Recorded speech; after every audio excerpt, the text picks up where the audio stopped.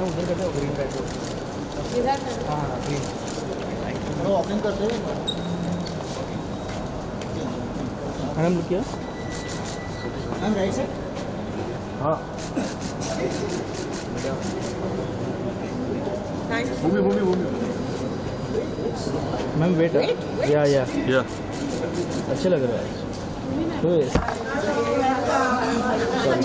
Thank you for coming. Thank you for making such a pleasure seeing. I'm very, very excited about this. Please come. Hi, Bhumi. Hi. Bhavesh. Hi. Hello. Hi, Priti. Hi. Renko. Hi. Hello, ma'am. Hello.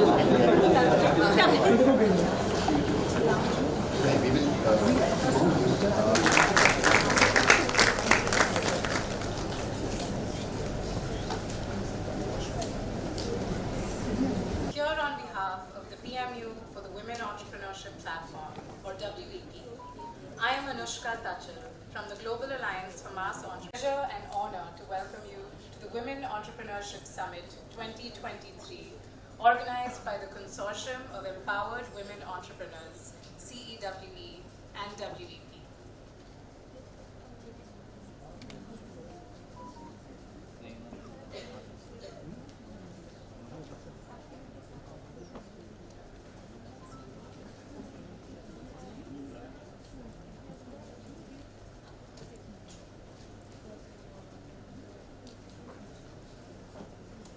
Dutta भाऊ बसा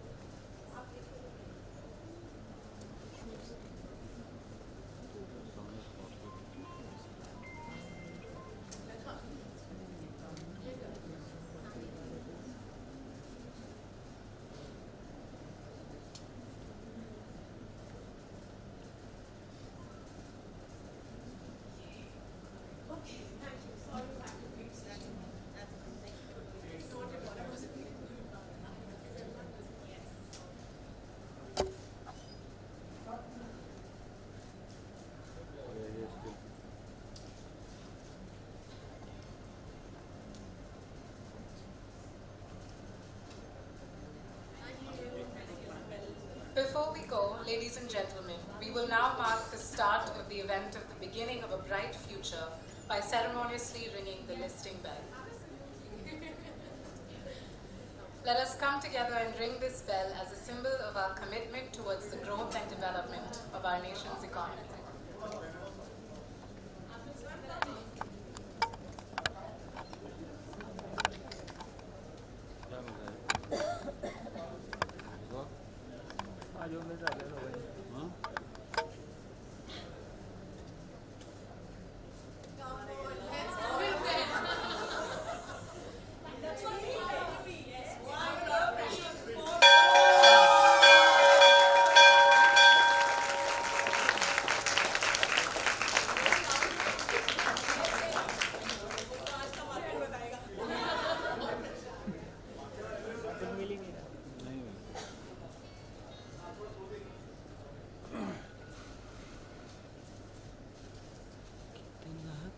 Thank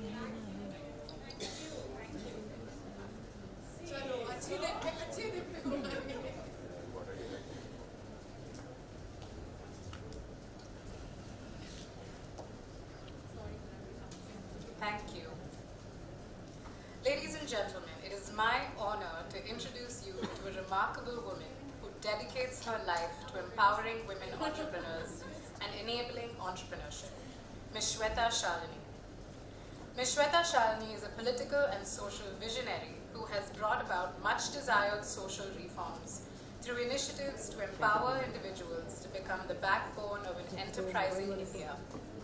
With a unique blend of being a technocrat and a politician, she personifies the strength of a woman.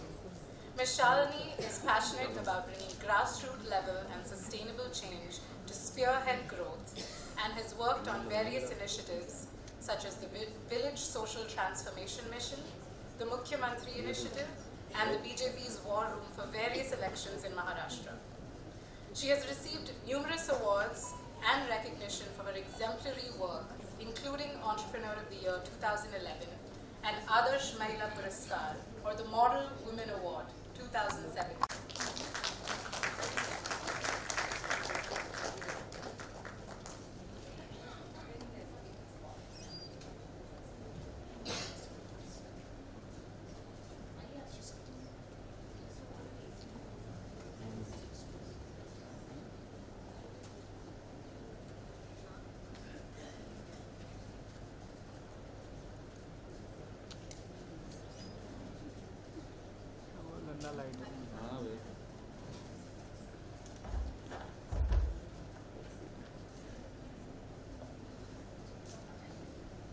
Very good morning. Where we need help from the government, from you personally, from your networks, from VCs, money, banks, so on and so forth. Trust me. If India is looking to be the next superpower, then, and we need to trust that. I go to rural areas, and when I get an audience there, I realize the girls and women, I've said this numerous times, and every time I stand up on stage, I say this. One thing that was missing with the women of yesterday was sisterhood. We were competing with each other because this world told us that until we compete with each other, we are not going to get that one spot. Trust me, people are going to leave spaces for us. There are spaces and gaps available for us to capture. Gap is covering up so fast because women have realized that this has been a man's world because we have allowed it to be so. Get back from the women, from the men. But to tell the men that we are here shoulder to shoulder with you to ensure that you reach the destination that both.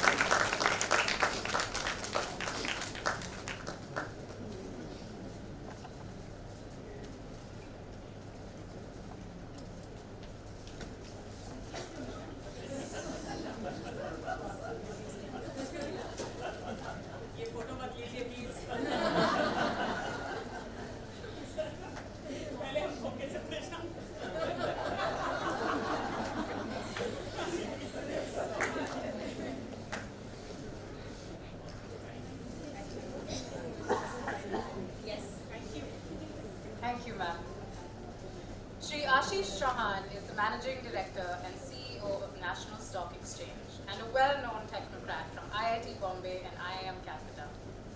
He joined the National Stock Exchange of India as a part of a 5-member team to set it up and is considered the father of modern financial derivatives.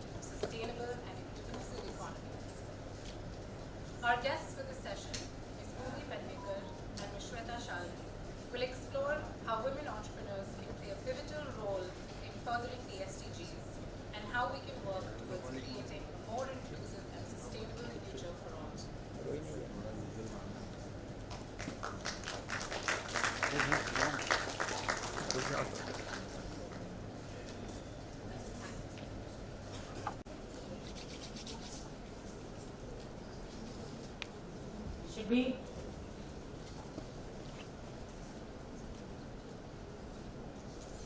Can I start?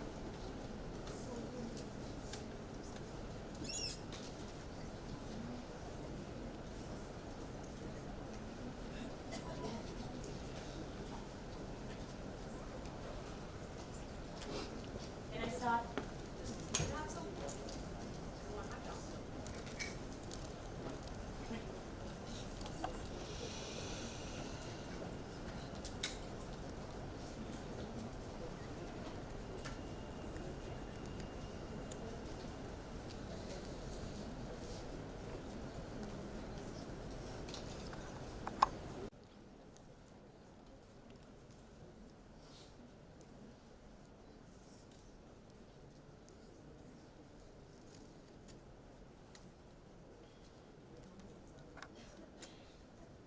I'm starting.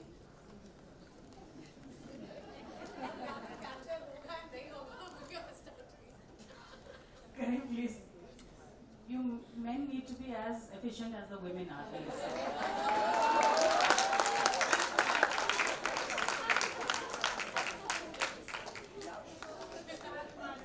Okay, great. Hi, thank you so much. Till yesterday, I didn't know that I'm going to be doing this fireside chat. And trust me, for all the people that have seen Millennium Diva's fireside chats earlier on, you all know that I'm fill in the blanks. So whenever someone drops out, I'm what is put in it here. So yes, I'm here talking to this wonderful woman, empowered woman, and most important, she's a beautiful woman because my father used to say, beautiful is what beautiful does. So my first question to you, Bhumi, is, आपको भी ये problem है क्या कि people call you only beautiful and do not look at the intellect behind it? First of all, good morning. Is my mic working? No.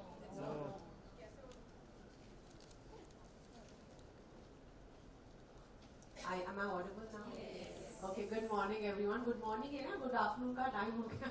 I've lost track. I've lost track because I was so engulfed with what you were saying. That was such a fantastic way to start the session. So congratulations everybody, all of you fantastic women and the men that are here supporting all these fantastic women. Congratulations. And I am extremely inspired by everything that all of you guys are doing here. But ma'am, coming back to your question, because I'm an actor, बहुत often ये होता है ना कि people underestimate you. They think कि यार क्या होगा, ये बस जाते हैं, hair makeup कर लेते हैं, कपड़े पहन लेते हैं और चले जाते हैं. They don't realize the work and the effort that goes behind it. There's a lot of effort that goes behind it. And I often see within my fraternity, a lot of my colleagues have chosen a different path. But those girls are categorized. Ki nahi yaar, ye to sirf, she just dances in films. So, who are you to give her that category and why are you undermining her? Does that mean she does not work hard? She works hard, she takes care of herself, she's earning a living for herself. So who are you here to character assassinate her? And I always say this time and again that, okay, people tell me this very often that, you're a serious working actor. Everybody, all my colleagues are serious working actors. So this often happens, and I see many women do this. This is something that you also addressed. I see many women do this where we are unconsciously, because, it's generations of social conditioning, where we unconsciously make very irresponsible comments, towards our fellow sisters, without realizing that one comment is going to pull her back. So I say this time and again that we all are part of the problem. So we have to be very, very careful about what we are saying. So as you said that, do I face the challenge specifically because of my profession, where people underestimate my intelligence, my intellect, my intellectual abilities all the time? As I mentioned to you earlier, my sister and I, we've been trying to set up a business for some time now. We have tried various things, and most times we came across men at places of power. Our biggest problem then was they just assumed and started mansplaining us. You know, it's a word that I'd heard a lot of fellow women, share their experiences with me, where without even starting a discussion with me, the gentleman in front of me just gave me a lowdown of stuff that I already know, assuming that I don't know it, you know. So I can only imagine that, you know, even though I would like to say in the most humblest way that I might have a little more privilege because, you know, I'm an individual, I'm an actor. So for whatever I have equity and credibility I have created, I think I get a place in rooms a little more easily. But trust me, my struggles are the same as yours.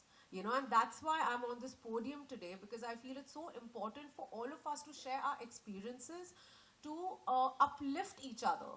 You know, because when I heard you talk, there was so much that you said that I completely resonated with.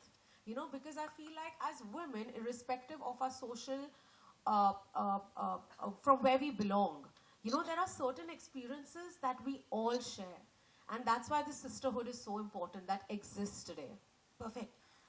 You nailed it. You just said it, that your problems, your struggles are exactly like everyone sitting here. But yet, I know a lot of women who will say, oh, aapne badi achhi saadi pehni hai, oh, you're wearing a nice dress. Does that hurt you? Because somewhere back of me, when you know, I go to press conferences and people ask me, turn around and ask me.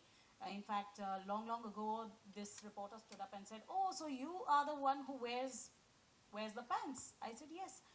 Thankfully, I have the choice of wearing a pant. Unfortunately, you can't wear saris.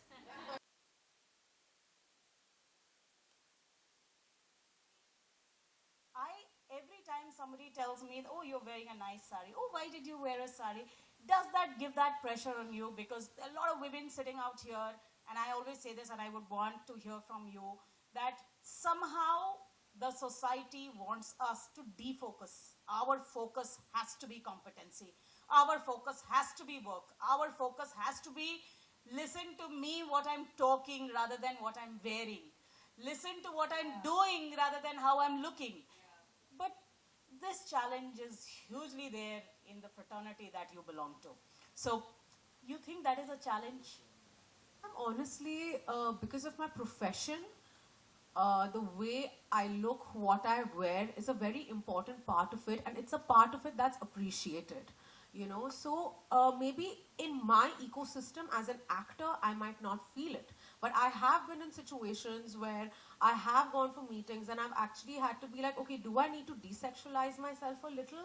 Do I need to like, because will they not take me seriously? But then I have a sister who tells me, no, you don't need to do that. Or my mother tells me, no, you don't need to do that, because it is your choice. If I want to spend an hour in front of a mirror getting ready, it is my choice. Nobody can shame me for it. Right? I mean, I see so many men. I mean, see, this is not about two sexes. I feel we all have to work together, because I feel that's the only way we can create equality, right? But I'll never see, if a man is dressed in a dapper way, you know, people are in awe of him. Ki yaar, kya matlab, taiyar hota hai. Like, look at him. I want to be somebody like him. His hair is set. Like, you know, I want to be like him. But अगर एक औरत उतना ही तैयार होके आती है, आपको लगता है यार, she's not serious about her job. Why am I not serious about my job? Does that, you can't question my intellect, you can't question my intelligence basis on my choices. This is the life I want, and why should I not get ready? Why am I working hard? I love beauty, I love glamour, I love clothes. I am working hard every day to feed myself. You know, I'm working hard every day to, you know, make sure that my ecosystem is well taken care of. But me taking care of myself is an equal part of it. It's very important for my self-esteem. It is very important for my mental health. And I feel very often, I say this very often, you know, when I'm doing talks or when I'm speaking to like other women, we should not be shamed about loving ourselves. You know, that's what it comes down to. We should not be ashamed about loving ourselves, because if we don't love ourselves, there will be another person telling us, you're not worth it, you're not good enough, and we will go back into our cocoon. So love yourself. That's going to give you a lot of confidence. Perfect. I will add one thing to it. Prioritize yourself as well. Absolutely. Absolutely. Having said that, my next question to you is, see, I was floored by Jaya. Okay? I loved Dam Laga Ke Haisha also. In fact, I have some beautiful memories of it. I love the songs, everything. But Jaya was a character. Especially for women, I have always said this. Women don't have idols to idealize. Most often than not, because it's a man's world, what happens is the person that we are looking up to is a man. And hence, when women walk that path, they want to behave, talk, dress like men. But our strength comes from the fact that we are women. We can multitask. We have sentiments. We can empathize with people. I think I'm in public life. I feel that if you can't empathize with people, how can you be an entrepreneur if you do not know what is the pain point of a person? So you can be an extremely successful entrepreneur if you know where the pain point is and you have the know-how and you focus and say, okay, this is where I am. So Jaya was somebody that lot of women in the rural areas idealized with. I will not marry until you have a toilet, right? It created a self-standing, decisive woman asking for her own rights. And because I travel to rural areas, I know that there were so many women who were, you shot to fame, you became household name with that one character. You think idols for women need to be created, and in this entire world, abhi Ashish ji was saying ki, छपवाने के लिए भी पैसे देने पड़ते हैं. To create idols, are we not creating enough idols for women? Or there are women who are doing well, but we are still not creating idols out of them so that other women can follow that? Where are we lacking? And as a network, we would want to do that. We would want to take up stories. We have come out with a book of 25 women and plus 25 more women who have struggled and created a story of their own. But we still want these stories to come in front of thousands of people. So how do you think you can contribute in creating idols for women to look up to? I'm often asked this question when I'm doing like press for a film of mine or like, generally, what would your next character want to be? Like, who would you want to play? And I'm always like, I want to play a woman that contributed to the freedom struggle. How many of us know of those stories? We don't, because it's only the men from those times that are celebrated. And it breaks my heart. And I have gone and I've researched. And the fact is that women have equally contributed to our independence today. But we don't speak about it.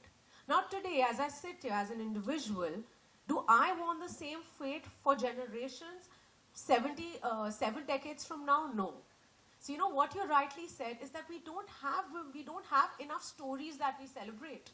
A woman in my ecosystem, okay, I'm an actor, so people speak about my achievements. But what I do instead is I go speak about my mother's achievements because she was an achiever, but nobody celebrated her. And she was my role model. And people need to know what she's done in life because I'm a byproduct of that. I celebrate my sister. I celebrate other colleagues of mine that aren't necessarily known.